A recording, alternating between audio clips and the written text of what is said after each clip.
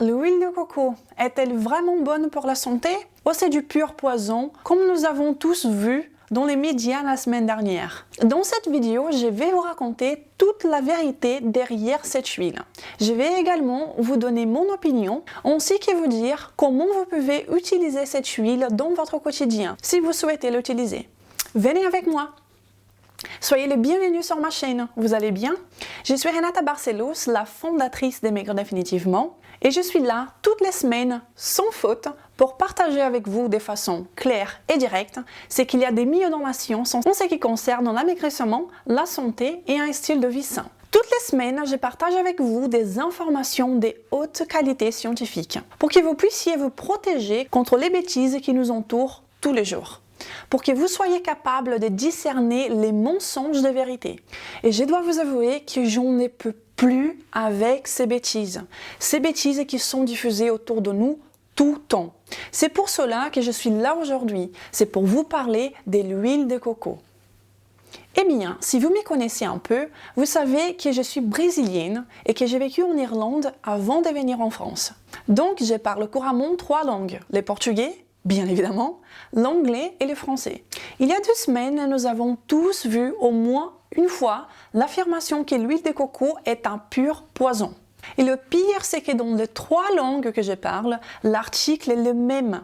Aucun journaliste n'a fait l'effort d'aller au-delà de simplement traduire l'information. Et il y en avait partout. L'huile de coco est un pur poison selon une professeure d'Harvard. C'est sorti par exemple sur Ouest France, Le Figaro, Femme Actuelle et j'en passe. Et donc c'est vrai, non? Ah bon? Allons voir quelque chose. L'origine de cette information est à cause d'une conférence qui a eu lieu en Allemagne par un professeur de l'école de santé publique de Harvard. Cette vidéo a été publiée sur YouTube et elle a fait un buzz. Donc remarquez bien qu'à l'origine de cette histoire, il n'y a pas une nouvelle étude bien contrôlée et bien conduite. Non. C'était seulement l'opinion d'une professeure pendant une conférence en Allemagne. Elle a parlé et le monde entier a paniqué. Et autre chose, ce n'est pas parce qu'il y a Harvard dans le nom que nous devons assumer que tout ce qui est affirmé est vrai. L'école en question, l'école de santé publique d'Harvard, sort au moins 3 fois par an des études qui sont généralement contre la consommation de viande et des graisses saturées. Ils présentent à chaque fois des études observationnelles, épidémiologiques qui sont très faibles pour essayer de corroborer les idées qu'ils défendent. Et au moins dans cette partie, Harvard n'a rien de qualitatif. Et comprenez qu'ils n'arrêtent pas de tourner en rond en affirmant toujours les mêmes choses. Même sachant que nous avons aujourd'hui des preuves scientifiques de très haute qualité qui prouvent le contraire. Des vraies études scientifiques, des études publiées et très bien conduites et contrôlées qui montrent clairement que les graisses saturées ne causent pas de problèmes de santé et les viandes non plus. En effet, ce que nous avons comme preuve sont des études qui prouvent l'opposé. D'ailleurs, les graisses saturées peuvent même être bénéfiques et protéger notre organisme. Cette professeure a donné son opinion sur les graisses saturées en ayant comme base sa propre peur et ses affirmations sont, dans mon opinion, irresponsables, inconséquentes et dangereuses. Sans ajouter que cette idée est complètement obsolète. Il y a assez d'essais cliniques randomisés d'excellente qualité pour prouver le contraire. Vous pouvez alors me demander, mais Renata, pourquoi a-t-elle parlé de l'huile de coco alors? Eh bien, 87% de l'huile de coco est de la graisse saturée. Et donc, c'est une huile très riche en graisse saturée. Et donc, on comprenait que son raisonnement a été extrêmement simpliste. Je n'aime pas les graisses saturées, je pense que les graisses saturées sont mauvaises pour la santé, et donc l'huile de coco est un pur poison pour la santé. Voilà, c'était ça son raisonnement. Le problème est que la prémisse est erronée. La science n'a jamais prouvé que les graisses saturées sont un danger et sont mauvaises pour la santé. Jamais. Et donc, si la prémisse est erronée, le reste de son raisonnement n'est pas valide. Et bien au contraire de cette professeure, je ne vais pas vous donner mon opinion sur ce sujet. Ce n'est pas comme ça que je travaille. Je vais à la place vous montrer des preuves scientifiques. D'abord, ce n'est pas le sujet de cette vidéo, mais en ce qui concerne les graisses saturées, pour que vous puissiez voir à quel point ce qu'on nous dit erronée, je vous invite à regarder la vidéo Mythe des graisses saturées que j'ai partagée sur ma chaîne il y a quelques temps. Je partage des preuves très solides pour que vous puissiez voir ce que la science affirme, que ces graisses sont bénéfiques ou au pire neutres pour notre santé. Et l'huile de coco elle-même, que savons-nous à ces propos?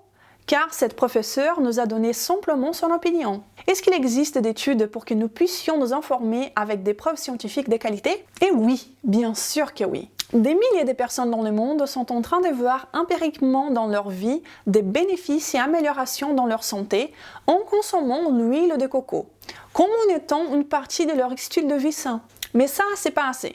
Laissez-moi vous montrer quelques études scientifiques pour que les choses soient plus claires, ok? Voyez cette étude par exemple. Elle a été faite justement pour tester l'efficacité de l'huile de coco vierge dans la réduction de la graisse viscérale et également pour vérifier si cette huile est saine à être consommée. Et l'étude a pu conclure que l'huile de noix de coco est efficace pour réduire des mensurations autour de la taille et son utilisation est sans danger pour la santé. Ici, il y a une autre étude. C'est un essai clinique randomisé publié il y a un mois. Ils ont reparti 75 femmes dans 4 groupes, où elles allaient supplémenter leur alimentation pendant 8 semaines, un groupe avec de l'huile de coco, l'autre avec de l'huile de chia, l'autre avec de l'huile de soja et une autre avec une autre huile végétale. Et le résultat est que l'huile de coco a été celle qui a aidé à réduire plus des graisses abdominales ainsi que le poids des participants, en plus d'améliorer leur profil glycémique en comparaison avec d'autres huiles. Donc remarquez que ce sont des études scientifiques de qualité, bien conduites et bien contrôlées. Ce n'est pas une simple opinion que je partage ici avec vous. Bien le contraire de ce qu'a fait le professeur, qui seulement parce qu'elle porte une blouse blanche d'Harvard, elle a sémé la panique dans le monde entier. Mais elle n'a pas de preuves scientifiques pour soutenir son affirmation. Aucune. Ce que je vous ai montré, ce n'est qu'un petit exemple de ce que la science affirme à ce sujet. Il y a beaucoup d'autres. Mais avant de continuer, je dois vous dire quelque chose de très important. C'est important. Ce n'est pas quelque chose que vous allez introduire dans votre alimentation qui va vous faire maigrir. C'est plutôt ce que vous allez arrêter de manger qui fera une vraie différence dans votre perte de poids. Vous arrêtez d'agresser votre organisme et vous commencez à perdre du poids. Donc, ça ne sert à rien de supplémenter votre alimentation avec de l'huile de coco. Ce n'est pas ainsi que vous allez avoir des résultats permanents de perte de poids. C'est un changement général que vous avez besoin. L'huile de coco peut faire partie de votre style de vie, comme celui de la méthode maigre définitivement. Parce qu'il n'existe pas d'aliments magiques, ok? En plus, comprenez que les graisses saturées sont une partie innée de la vie. Les graisses saturées sont 14% de la vénérée et adorée huile d'olive. Mais cela, personne ne vous le dit, n'est-ce pas? Autre chose, le lait maternel. Une bonne partie des graisses du lait maternel, c'est de la graisse saturée. Et la nature sait ce qu'elle fait. Notre corps ne produirait jamais un venin, un poison dans le lait qui sert à nourrir nos bébés. Pas vrai? Et donc, si vous affirmez que l'huile de coco est un poison parce qu'elle est riche en graisses saturées, vous allez être pris pour un idiot. Et votre réputation sera questionnée, car il existe des publications et des preuves de très haute qualité dans la littérature scientifique qui montrent l'opposé de ça. Comment votre opinion peut être plus importante qu'un ensemble de preuves publiées? Et alors, la consommation de l'huile de coco est obligatoire pour avoir une bonne santé et un corps de rêve? Mais non, bien sûr que non. Vous l'utilisez si vous avez envie. D'ailleurs, laissez-moi votre commentaire pour me dire comment vous l'utilisez. Je vais vous montrer maintenant comment vous pouvez l'utiliser dans votre quotidien, si vous le souhaitez bien sûr. Mais avant ça, n'oubliez pas de vous abonner à cette chaîne et de bien cliquer sur la petite cloche, sinon vous ne serez pas prévenu lorsqu'une nouvelle vidéo sera publiée ici. Cliquez sur la petite cloche. Et également de partager cette vidéo avec le plus de personnes possible, pour que personne ne continue d'avoir peur de l'huile de coco. Et alors, où et comment utiliser l'huile de coco? Numéro 1. Dans le café. Pendant un certain temps, je buvais du café avec de l'huile de coco pour lui donner un petit goût sympa, aussi que pour les rendre un peu plus consistants. Et ça, quand j'avais commencé le jeûne intermittent. Nous pouvons jeûner plus longtemps si nous ajoutons un peu de matière grasse dans le café. Vous les fouettez un peu et il devient tout crémeux. Un vrai délice. Et le cerveau adore cette énergie extra, mais cela n'est pas obligatoire. Pour cuisiner, l'huile de coco est très résistante à la chaleur, ce qui n'est pas le cas des huiles végétales, qui s'oxydent rapidement et des fois même encore dans les bouteilles. Une autre bonne utilisation de l'huile de coco est dans le dessert low carb, faible en glucides, n'est-ce pas? Cette huile est largement utilisée dans les recettes des pâtisseries et des desserts faibles en glucides. C'est un incontournable. Vous pouvez utiliser de l'huile de coco pour votre peau, dans vos cheveux et un peu partout dans le corps. Je me fabrique même du déodorant avec l'huile de coco. Ça fait plus de 3 ans que nous n'achetons plus du tout de déodorant à la maison. Nous sommes tous les deux, mon mari et moi, conquis par celui à l'huile de coco. Et maintenant, je dois laisser quelque chose bien clair. Attention, mais attention aux excès. Même si la science nous dit clairement que l'huile de coco est sans danger et qu'elle est saine pour notre organisme, si vous exagérez et l'utilisez trop, bien sûr que cela va nuire à votre santé, comme n'importe quel aliment en excès d'ailleurs. N'oublions pas que l'huile de coco et toutes les bonnes graisses est densément calorique, 9 calories par gramme, et elles sont peu nutritives parce que c'est de la graisse pure. Donc c'est simple de trop manger, avoir beaucoup d'énergie, mais très peu de nutriments.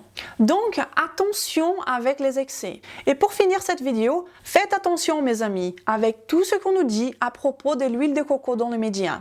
Ils essayent encore de vous laisser dans l'ignorance en vous présentant des fausses vérités sans vous raconter toute l'histoire. Je dois vous dire que je trouve tout de même très bizarre que ces informations sortent comme ça 2-3 fois par an. Je me dis que l'industrie des huiles végétales est très contente avec ces pseudo-sciences qui affirment que l'huile de coco est mauvaise pour la santé. Car ainsi, vous allez avoir peur de cette huile et vous allez continuer à ingérer de l'huile végétale, comme l'huile de colza, l'huile de tournesol, l'huile de maïs, l'huile de soja. Mais les huiles végétales sont extrêmement inflammatoires et nocives à notre santé. Et cela, la science le prouve depuis très longtemps. D'ailleurs, j'ai même fait une vidéo pour parler de cela. Elle nous dit aussi que l'huile de coco, bien à l'opposé des huiles végétales, est une huile saine et sans danger. C'est quand même très bizarre. L'huile de coco est largement consommée dans le monde, et cela depuis des milliers d'années, littéralement. Et cela n'a jamais causé des maladies. Il n'existe pas dans toute la littérature scientifique des essais cliniques randomisés qui affirment que l'huile de coco soit un danger. Il n'existe pas d'essais cliniques randomisés qui affirment que les graisses saturées soient dangereuses. Ce qui existe bien, ce sont des essais cliniques randomisés qui affirment l'opposé. Protégez-vous contre ces bêtises. Si vous aimez l'huile de coco, utilisez-la. Elle est saine et sans danger pour votre santé. C'est scientifiquement prouvé et contre de fait, il n'y a pas d'arguments et des simples opinions. Pratiquez un scepticisme intelligent et ne vous laissez pas tromper par des bêtises partagées autour de nous. Si vous avez apprécié cette vidéo, partagez-la.